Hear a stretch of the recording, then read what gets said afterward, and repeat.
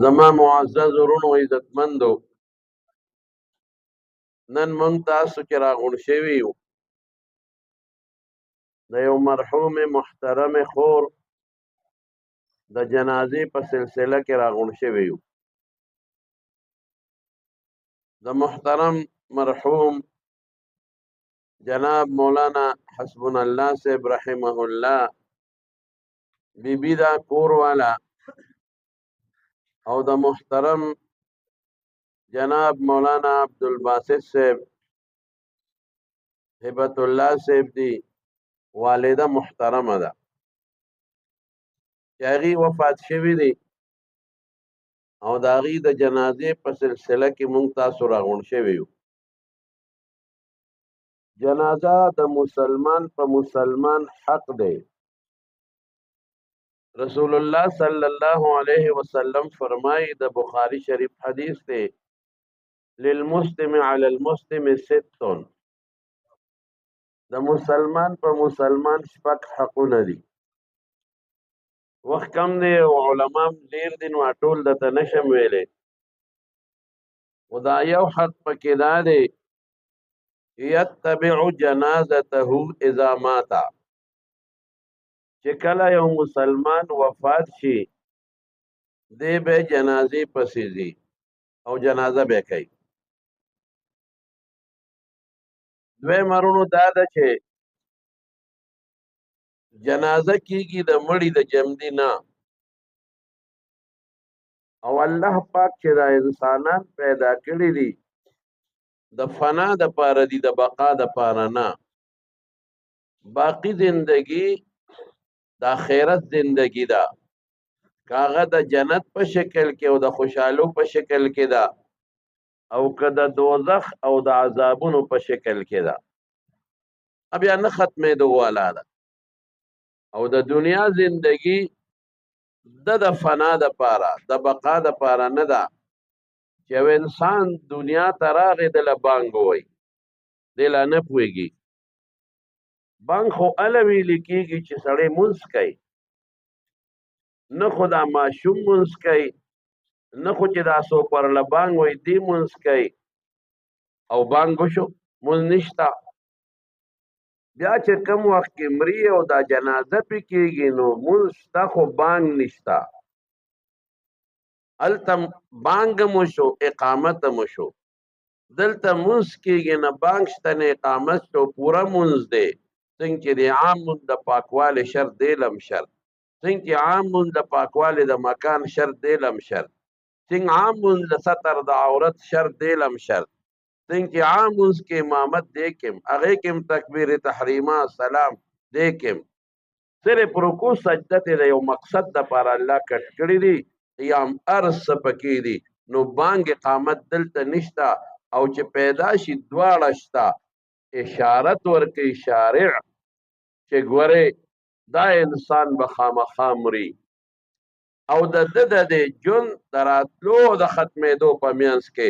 دغه لږه غوندې فاصله ده، کومه فاصله چې د انسان د بانګ او د مانځه په منځ کې وي،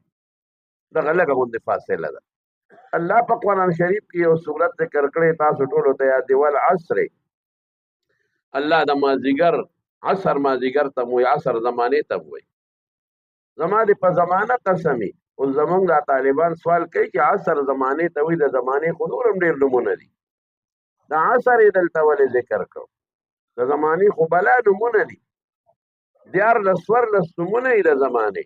او دلته عصر ذکر کوي. وایي دې کې اشارت دی ته دی چې عصر بله معنا مازدیګر دی.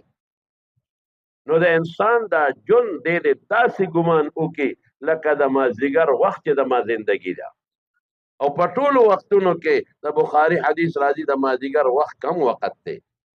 نو ژوند د انسان د فنا دپاره دی، او الله قرآن شریف کې فرمایي، ما کان لنفس ان تموت الا باذن الله کتابا مؤجلا. هر یو نفس ته یو خاص نیټه مقرره ده، او چې هغه خاص وخت راشي نو خامخا به د دې دنیا نه ځي. دغه رنګې دا خور ده، یو خاص ټیم یې مقرر او د دنیا نه لاړه، او ډېره نیکه بنیادمه وه. زه ستاسو مخکې ویم، ته به ما ته وایې چې ته څه خبرې، زما د حج ملګرې وه،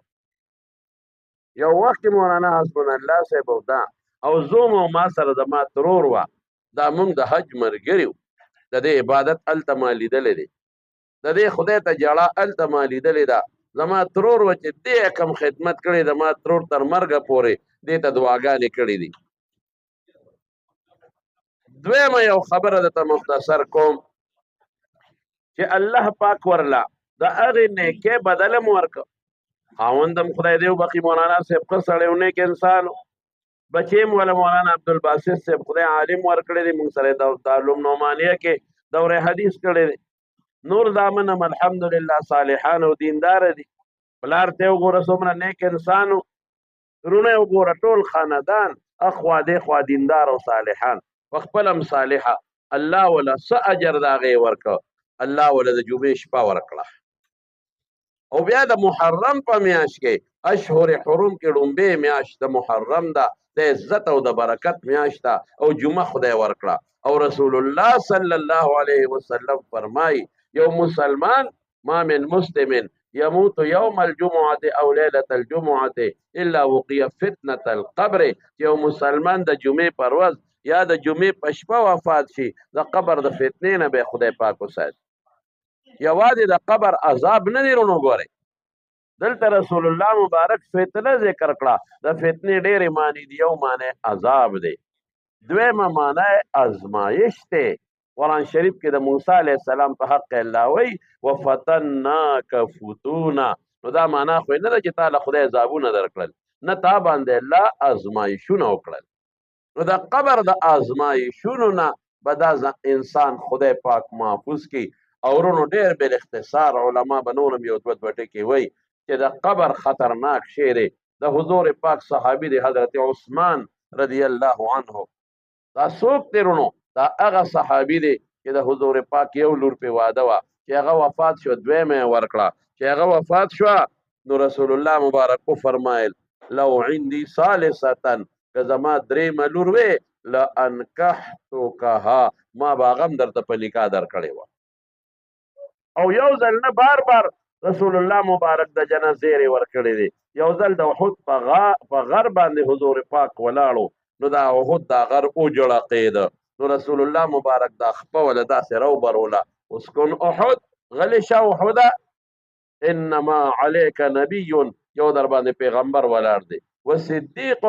یو ابوبکر صدیق ولاړ دی و شهیدان او دوه در باندې جمدي شهیدان ولاړ دی یو عمر او یو حضرت عثمان او په یو موقع کې حضور پاک ډډه والې وه ابوبکر صدیق راغی همغسې ډډه والې وه حضرت عمر راغی همغسې ډډه والې وه رضی الله عنهما دې کې حضرت عثمان رضی الله عنه راغی نو رسول الله مبارک سم نیغ کېناست او دا لاندې د پنډۍ ښکاره وه هغې زر په څادر باندې پټه کړه عمر صاحب لږ جذباتي مزاج واله و ورته یې ویل الله رسوله ابوبکر راغی څه توجه دې ورنه کړه عمر زرالم څه توجه دې را نه کړه او چې عثمان راغی نو صاحب دومره توجه م وله ورکړه چې نیغ کېناستې او لاندې خپې م پټې کړې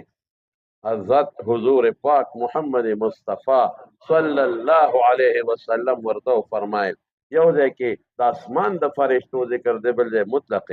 او دا طالبان وی مطلق و مقید حمل کېږي نو مقید نو څه وی ای عمره هغه چا نه حیا ولې ونه کم چې د اسمان فرشتې ته حیا کوي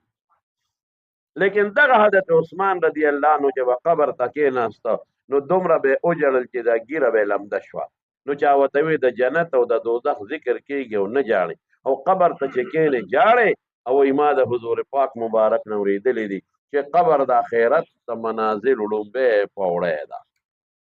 که دا د چا ښه شوه وروستو به ورپسې ښي او که دا د چا خرابه شوه وروستو د دې نه خطرناکې پوړی دي او ما د رسول الله مبارک نه اورېدلی دي چې ما ډېر څیزونه لیدلی دي د عذاب په ټولو کې خطرناک ځای هغه قبر دی او ما اورېدلی د خپل خلیل مبارک نه چې قبر د یوازې والي ځای دی هېڅوک به چا سره نی یک تنها بی او دا قبر انسان ته روزانه اواز کوي چې ای انسانه زه ګورې د یکتایۍ او تنهایۍ ځایم ملګرې د عمل الله وله زه د تیارې ځایم د ایمان رڼا ځان سره ګورې راوړه او زه د لړمانانو خامارانو د چینجو زیم د دې د دارو علاج د نیک عمل په شکل کې راوله نو قبر خطرناک ځای عثمان رضی الله عنه مبشر بالجنت بشارتونه ییر دي او جاړي نو دې خور له خدای پاکه د جمعې مبارکه شپه ورکړه دا یو لوی انعام دی چې رب العالمین ورته ورکړه زوی عالم دی او ولد صالح په حدیثو کې راځي دا د انسان د فایدې شی وي نو خپله دینداره وه د پلار کور هغې طرف نه علما بچی عالم خاون عالم او نیک او صالحه وه نو الله پاک ولا د هغې په دنیا کې بدل ورکو جمعه ولا خدای پاک ورکړله او بیماري غریب ډېره تېره کړه مونږ هلته په حج کې وو چې ما ته مولانا عبدالباسط صاحب مور مې ناجوړه ده مونږ ورته هلته هم دعا کړې دعا نه رد کېږي خو د دعا د قبلېدو مختلف قسمه شکلونه نو الله پاک دې مغفرت نصیب کړي او الله دې د آخرت غټې خوشحالۍ نصیب کړي او الله پاک دې ټولو بچو له ولې مور لوی نعمت دی دا کونټۍ زما لاس کې نه وه بې کونټۍ به ګرځېدم نو ما نه یو ځل چا تپوس وکړ داسې طنز غوندې وکړه زما دوستو وی کونټۍ سره ګرځې دا کله نه مې چې کله مې مور مړه شوې نیم پوی په ځان خو ملا مې راټیټه شوې نیم پوی درز مې نه دی خوړلی خو ملا مې راټیټه شوې ده نو مور لوی نعمت دی زما وروڼو نو دې بچو ته لویه صدمه او بیا داسې مور ما ته پته وه ما خو تاسو ته وایي چې زما د حج ملګرې پاتې شوې ده زما د دې والد صاحب د دې بابا چې و هغه زمونږ د باباجي مولانا عبدالرب صاحب زمونږ د باباجي شاګردانو کې او خاصو شاګردانو کې نو مونږ سره د مخکې نه الحمدلله تعلق دی نو دا نیک بنیادمو الله ولا ښه اجر د مرګ په شکل کې ورکو مونږ به د الله نه سوال کوو چې الله پاک ټولو بچو له او ټولو وارثانو له صبر ورکړي د نورو غمونو نه خدای وساتي او روح الله د صحابیاتو او د نیکانو بیبیانو د روحونو سره ملګري کې واخر دعوانا ان الحمد لله رب العالمین تاسو دا ملګري لکېنه علما نور هم شته داسې لږ لږ یو پټې پټې بیان به وکړي نو ستاسو به هم ثواب وشي او د هغې به هم ثواب